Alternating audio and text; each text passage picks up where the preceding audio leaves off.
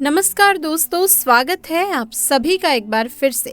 दोस्तों, भूख और तंगहाली से जूझते पाकिस्तानियों को भगवान राम और उनके बेटे लव की याद आ रही है। वो लव को अपने शहर लाहौर का संस्थापक बता रहे हैं। पाकिस्तानियों के अचानक हुए इस हृदय परिवर्तन ने कई लोगों को अचरज में डाल दिया है। और दोस्तों, ये हृदय परिवर्तन क्यों हो रहा है, आइए जानते हैं। पाकिस्तान के पंजाब प्रांत में आने वाला लाहौर सन 1947 में भारत पाकिस्तान के बीच बंटवारा हुआ और ये शहर पाक की सीमा में चला गया, यानी कि पाकिस्तान में। लेकिन दोस्तों, कई भारतीयों का इस शहर से गहरा नाता रहा। अब अगर हम आपको ये बताएं कि भगवान राम के बेटों लव और कुश का भी पाकिस्तान से एक गहरा नाता है, तो आपको पहले तो यकीन नहीं होगा, मगर दोस्तों ये सच है। पाकिस्तान के लाहौर से भगवान राम के दोनों बेटों का करीबी का नाता है। ये सच है कि पाकिस्तान के सबसे प्रमुख शहरों में से एक लाहौर भगवान राम के बेटे लव की नगरी रही है। इस शहर का प्राचीन इतिहास भारतीय संस्कृति से जुड़ता है। भारत में पहले भी इस तरह की बात कही जाती रही है, लेकिन क्या वाकई में लवकुश का संबंध पाकिस्तान के लाहौर के साथ है? जानने के लिए बने रहिए इस वीडियो के अंत तक।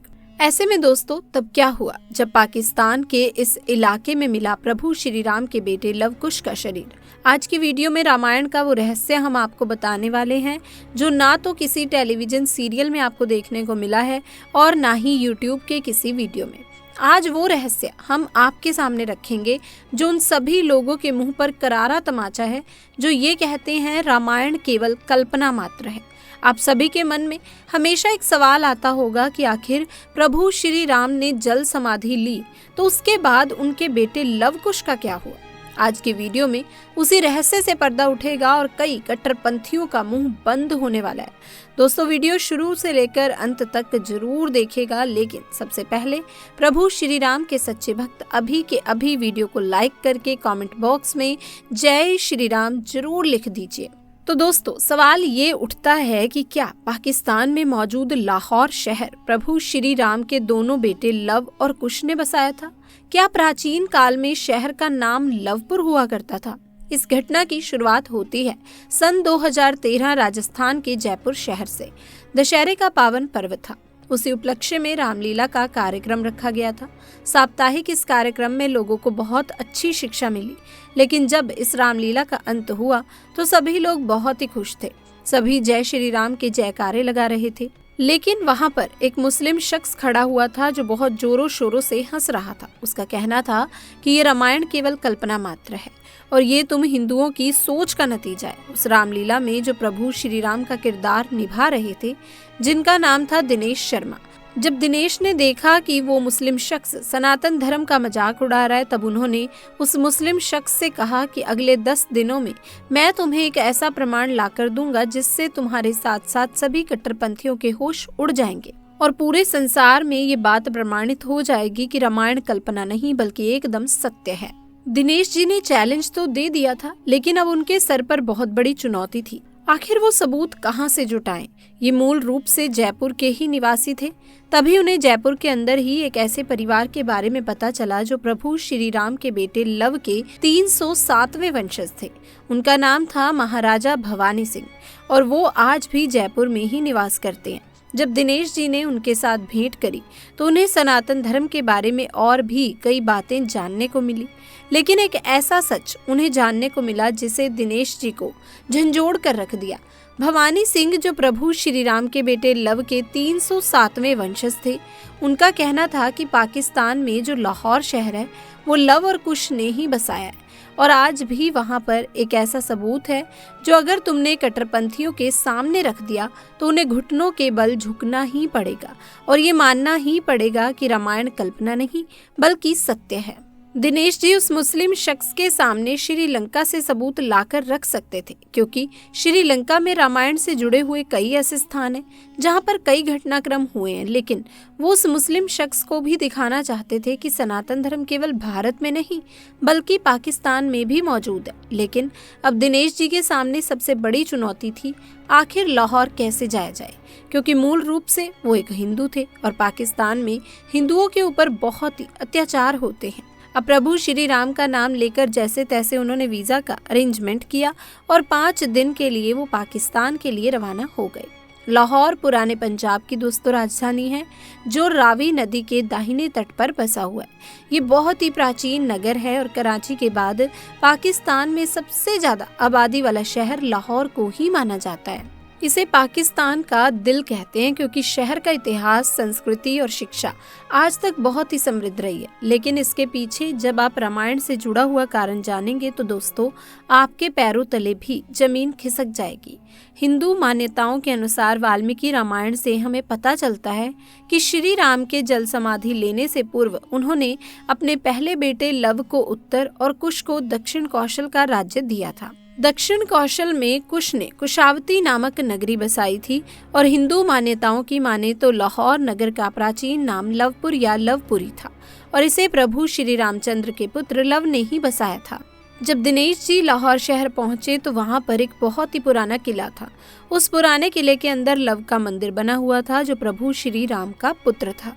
जिस समय पंजाब में सिखों का साम्राज्य था, कहते हैं इस मंदिर का निर्माण उसी समय हुआ था। लेकिन हाल फिलहाल में दिनेश जी ने देखा कि ये मंदिर खाली पड़ा है। वहां पर सभी मुस्लिम होने के कारण कोई भी उस मंदिर को देखने करने वाला नहीं था। लेकिन इस किले का एक निश्चित स्थान पर उन्होंने वो देखा जिसे देखकर उनके दोस्तों रोंगटे खड़े हो गए, क्योंकि वहां पर आज भी लव की समाधि बनी हुई थी। वहीं पर उन्हें शत्रुंजय का एक अभिलेख भी मिला जिस पर साफ साफ लिखा हुआ था कि लवपुर या लाहौर आज से पहले लवपुरी के नाम से ही जाना जाता था। वास्तव में अपने इतिहास को इतना करीब से देख करके दिनेश जी को बहुत ही सौभाग्यशाली महसूस होने लगा। उन्होंने उस पूरे किले की वीडियोग्राफी करी जहां पर ऐसे कई सबूत थे जो रामायण के साथ जुड़े हुए थे, जो ये शक को यकीन में बदल रहे थे कि सचमुच में पाकिस्तान के लाहौर शहर को प्रभु श्री राम के पुत्र लव ने ही बसाया था। दिनेश जी ने उस पूरे स्थान की वीडियोग्राफी करी और सबूत लेकर पुनः दोबारा से भारत आ गए। और जब सबूत उस मुस्लिम कट्टरपंथी शख्स को दिखाए तो उसकी आंखों में भी आंसू आ गए, क्योंकि उसका ऐसा मानना था पाकिस्तान एक इस्लामिक देश है, वहां पर केवल इस्लाम धर्म ही चलता है। लेकिन जब उसने देखा कि वहां पर सनातन धर्म का डंका कई हजार सालों से बज रहा है तो वो भी घुटने के बल गिर गया और दिनेश जी से हाथ जोड़कर माफी मांगने लगा। साथ ही दोस्तों आपके मन में एक और सवाल जरूर जन्म ले रहा होगा कि लव के बारे में तो हमें सारी जानकारी प्राप्त हो गई, लेकिन कुश जिसे दक्षिण कौशल का साम्राज्य दिया गया था, कुश ने आखिर अपने साम्राज्य का विस्तार कैसे किया। ये सुनने में आता है कि लव ने लाहौर शहर की स्थापना करी, लेकिन कुश ने जिस कुशावती नगर की स्थापना की थी वो छत्तीसगढ़ राज्य के बिलासपुर जिले में मौजूद है। कुश ने अपना राज्य पूर्व की तरफ से चारों ओर फैलाया और आज थाईलैंड के जो राजा हैं वो भी इसी राजवंश के वंशज हैं। शायद इन्हीं कुछ कारणों से थाईलैंड के राजा को आज भी राम की उपाधि देने की प्रथा है। लेकिन दोस्तों आपको बता दें कि दुर्जय नामक एक असुर के साथ युद्ध करते करते कुश की मृत्यु हो गई और कुश का वंश आज जयपुर के भवानी सिंह के रूप में 307वें वंशज के तौर पर आज भी जिंदा है। बात अगर माता सीता की करें तो भगवान श्री राम द्वारा त्यागे जाने के बाद देवी सीता ने अपना जीवन ऋषि वाल्मीकि के आश्रम में ही बिताया था, जो कि हाल फिलहाल में वर्तमान में कानपुर शहर से 17 किलोमीटर की दूरी पर बैतूर गांव में मौजूद है। दोस्तों लवकुश की जन्म स्थली भी इसे कहा जाता है। अब माना जाता है इसी स्थान पर रामायण ग्रंथ की रचना भी हुई थी। इसी आश्रम के आसपास एक हिडन नामक नदी भी बहती है जिसका पानी गंगा की तरह पवित्र है। इस आश्रम में माता सीता का एक मंदिर भी मौजूद है और यहीं पर माता सीता की रसोई भी बनी हुई है। ऐसी मान्यता है कि यहाँ पर जो बर्तन मौजूद हैं उन्हीं का इस्तेमाल माता सीता खाना बनाने के लिए किया करती थी। सीता रसोई के साथ ही यहाँ पर एक कुआं भी स्थापित है जिसे लेकर ये कहा जाता है माता सीता इसका उपयोग पानी के लिए किया करती थी। साथ ही यहाँ पर एक पेड़ भी मौजूद है जिसके नीचे बैठकर लव और कुश ऋषि वाल्मीकि से शिक्षा प्राप्त किया करते थे। दोस्तों भगवान राम ने जब अश्वमेघ में यज्ञ करवाया था तो कोई भी राजा श्री राम के घोड़े को पकड़ने की हिम्मत नहीं कर पाया था। रामायण में हमें उल्लेख मिलता है जब वो घोड़ा बिठुर गांव पहुंचा तो लवकुश ने उस घोड़े को बांध लिया जब प्रभु श्री राम की ओर से उस घोड़े को छुड़ाने के लिए हनुमान जी आए तो लवकुश ने उन्हें भी परास्त करके बंधक बना लिया और ये स्थल आज भी बिठुर गांव में बना हुआ है। यहाँ पर हनुमान जी और लक्ष्मण जी को लव और कुश के माध्यम से कैद किया गया था। कहते हैं इसी स्थान पर माता सीता पाताल में समाहित हो गई थी। यानी कि दोस्तों, भारत के कोने कोने से हमें रामायण के और सनातन संस्कृति के सबूत देखने को मिलते हैं, लेकिन फिर भी कुछ लोग ये बात नहीं मानते कि रामायण सत्य है। आज की जानकारी उन सभी लोगों के मुंह पर करारा तमाचा है जो रामायण को कल्पना कहते हैं। आप भी ये वीडियो दोस्तों उन लोगों के साथ जरूर शेयर करिएगा जिन्हें रामायण के बारे में ध्यान नहीं है, जो अपने ही धर्म को नहीं समझते हैं। रामायण जिसके हजारों साल बीत गए, जिसके पात्रों को लेकर हमारे मन में आज भी उत्सुकता भरी रहती है कि इसमें कितनी सच्चाई है और कितना काल्पनिक। हमारे मन में हमेशा ये बात आती है कि किताबों में लिखी ये कहानी जिसके बारे में किसी को नहीं पता, लेकिन हम आपको कुछ ऐसे प्रमाण दिखा चुके हैं जिससे आप इस बात पर विश्वास कर सकते हैं कि ये कोई कल्पना नहीं, ये एक सत्य है। दोस्तों, आज की वीडियो में बस इतना ही। आपको आज की वीडियो कैसी लगी हमें ज़रूर बताइएगा। इसी के साथ इस वीडियो को लाइक कर दीजिए, शेयर कर दीजिए और चैनल को सब्सक्राइब करना बिल्कुल भी ना भूलिएगा। मिलते हैं दोस्तों नेक्स्ट वीडियो में, तब तक के लिए आप सभी का धन्यवाद।